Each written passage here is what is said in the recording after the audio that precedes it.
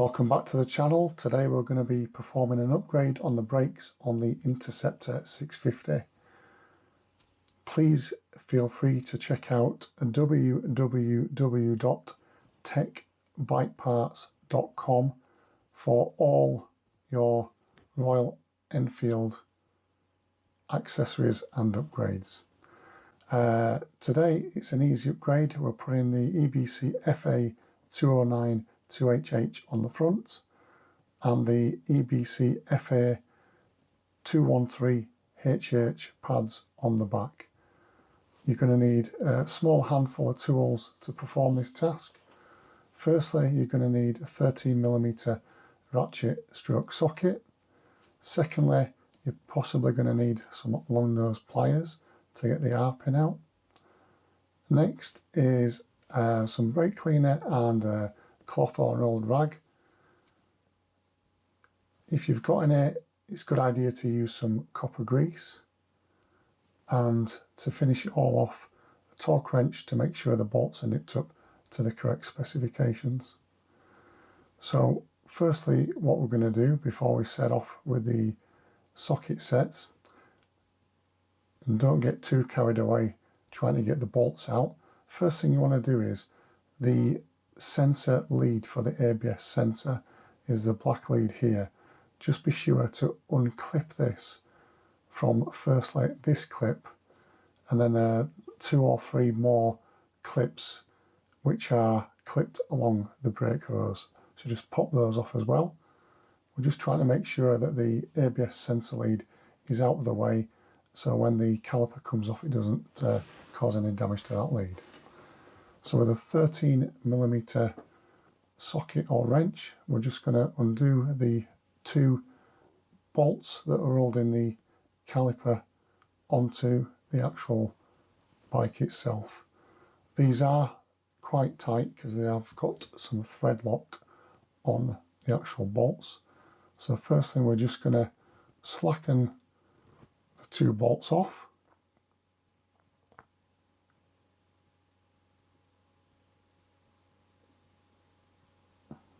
Nearly done. So I'm just going to slacken those off, and we're going to take them out one at a time. Now this top one's loose, so we're just going to pull that one out. As you can see, there's some thread lock on that thread. We're just going to clean that before we put it back. And now we're just going to be taking the second bolt out, which will allow the caliper to fall away from the mounting on the bottom of the fork. So just make sure you've got hold of it when that bolt comes out. Again, thread lock on there. This will just swing away from the disc now. Now you will notice there is an R pin or R clip there that needs taken out. If you're lucky, you can get this out by hand, but if not, use your long nose pliers. So that just pops out, put that somewhere safe. Next, we've got to get the guide pin out. Now these are held in quite well with a locking feature at one end, so you've got to tap it through. I'm going to be using a Allen wrench of a suitable size that I can just pop in the end so the pin comes out. It comes out in one direction. One's got a small hole, as you can see there. This side's got a fatter hole. So from the small hole, we're just knocking the pin through using whatever you've got to hand to knock it through. I'm using the socket wrench body and the hex head Allen key just to loosen the guide pin. As you can see, there's a locking spinning collar there. Just pull the pin out. There's a little bit of corrosion on there, but it's not damaged at all. So we're going to clean that before we put it back. Now the pads will just fall away now, and as you can see on the back, they are genuine Brembo pads in the by Brembo calipers. So what we're going to do is we're going to take the EBC FA 209 HHs out of the pack. That's the back. That's the front. These are sintered pads, so they should have slightly more aggressive braking. So the top one is the original Brembo and the bottom one is the EBC Performance sintered pad. What we're going to do is we're just going to pop a little bit of copper grease. Actually, no, we're not. What we're going to do is we're going to clean the disc off. It's pointless putting a brand new pad onto a filthy disc. So I think the best thing to do is for us to wipe any contamination or get what we can off the disc, just so that when the pad does make its first contact with the disc, it's as clean a set of surfaces as we can get. So that's the disc cleaned up. I'm just going to spray a little bit inside the caliper, just get a cloth in there as well, just to make sure we're getting rid of any dirt and residue that shouldn't be in there. This is not too bad, it's fairly low mileage, but there's a lot of dust. So when that's done, we're going to take some copper grease and just dab a little bit to the back sides of the pads, obviously not the braking surface. Just going to put a little bit on the back. Now we're going to pop the pads back in to the caliper. They hook in with a bit of luck. Just trying not to get grease on my hands. So the pads are now back in.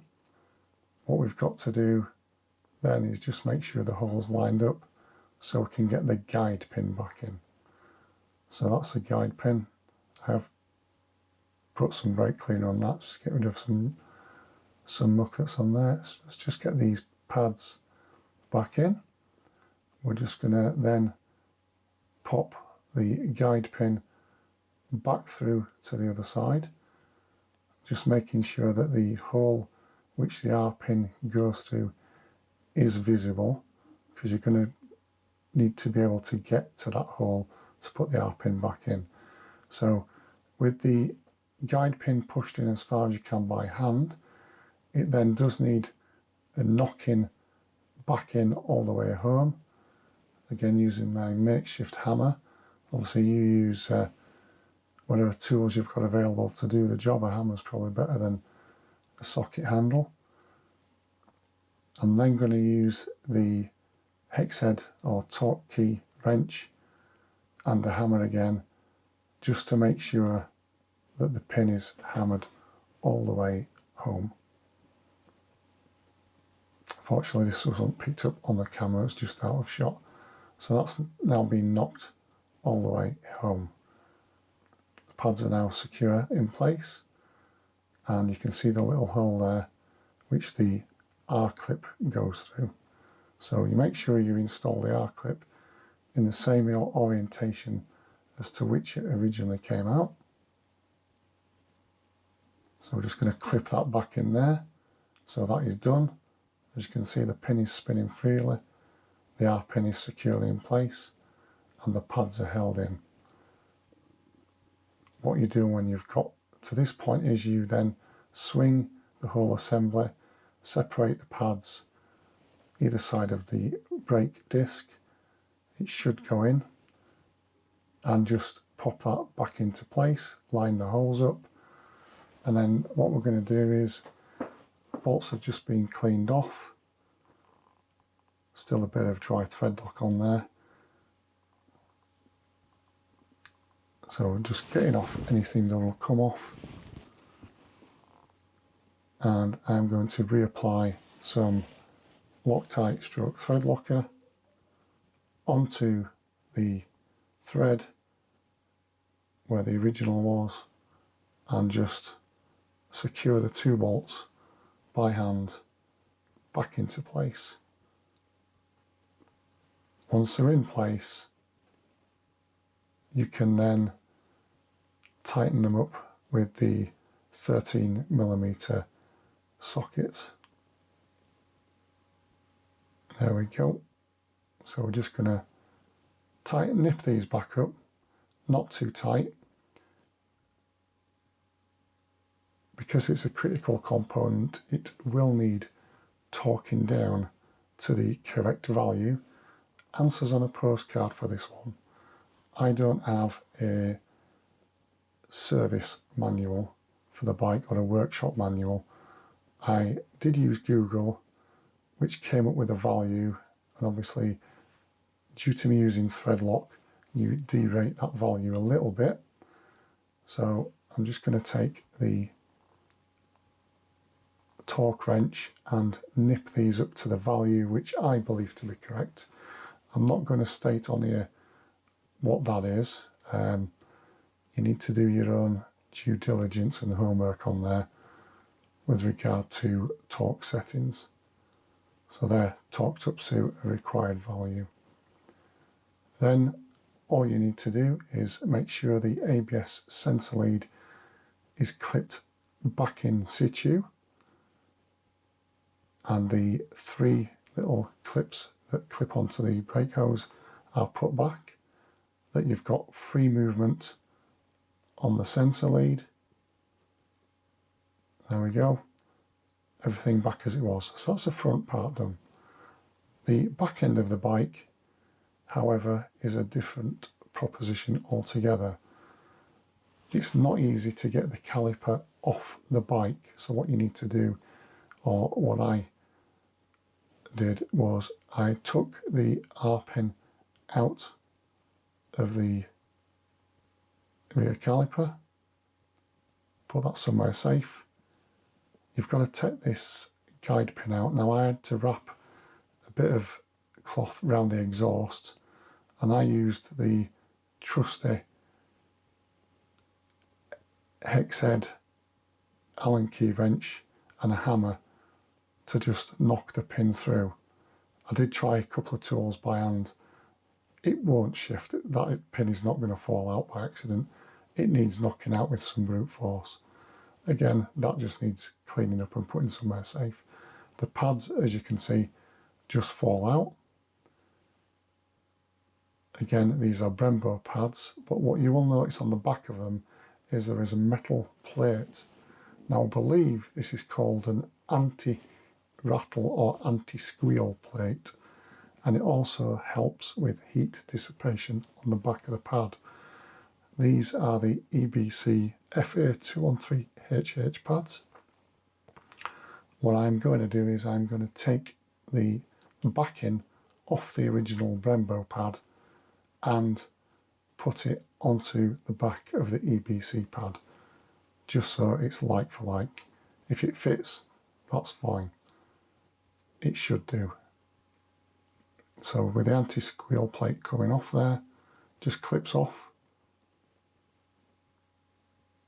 I'm just going to clip it into place on the EBC replacement sintered brake pad. So that's that just popped into place. I'm going to perform that task with the other pad, so it just pulls off. Again, get the new pad and just clip that back in situ. So it's nice and easy. We just take the pad now and one at a time hook them back into place. Make sure they're held firmly at the fixing point. I'm just making sure that goes in before I go any further, because I have added the anti-squeal pad, which I wasn't actually expecting, but it does fit. Just pop that in. You can also give the wheel a quick spin just to stop it sticking. So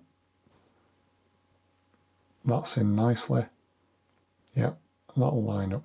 So if I get the second one in, again, no issue with the pad and the anti-squeal plate.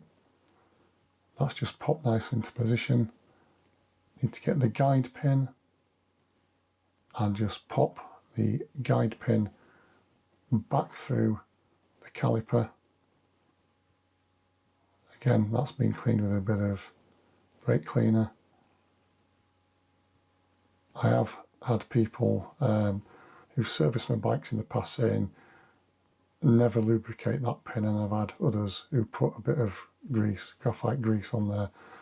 Just what the correct methodology is, I don't know. Obviously, if you know better, please comment. So that pin is now pushed home, but it does need knocking all the way home. Again, we need to have access to the hole in the guide pin, which the R pin goes through, just to lock that pin in. So we are just knocking the guide pin back in as far as it will go. Maybe in hindsight, I should have left the caliper on the front end of the bike and knocked the front pin out rather than try to do it in free air. But that's lesson learned for me. Might be easier for yourself. So the R pin goes back in as it was originally, with the guide pin able to spin. So that is the back done. Just going to take the rag that I was using for protection, stick some brake cleaner on there, again, clean surface to mate against the surface of the disc, and pad just to avoid any contamination upon first use.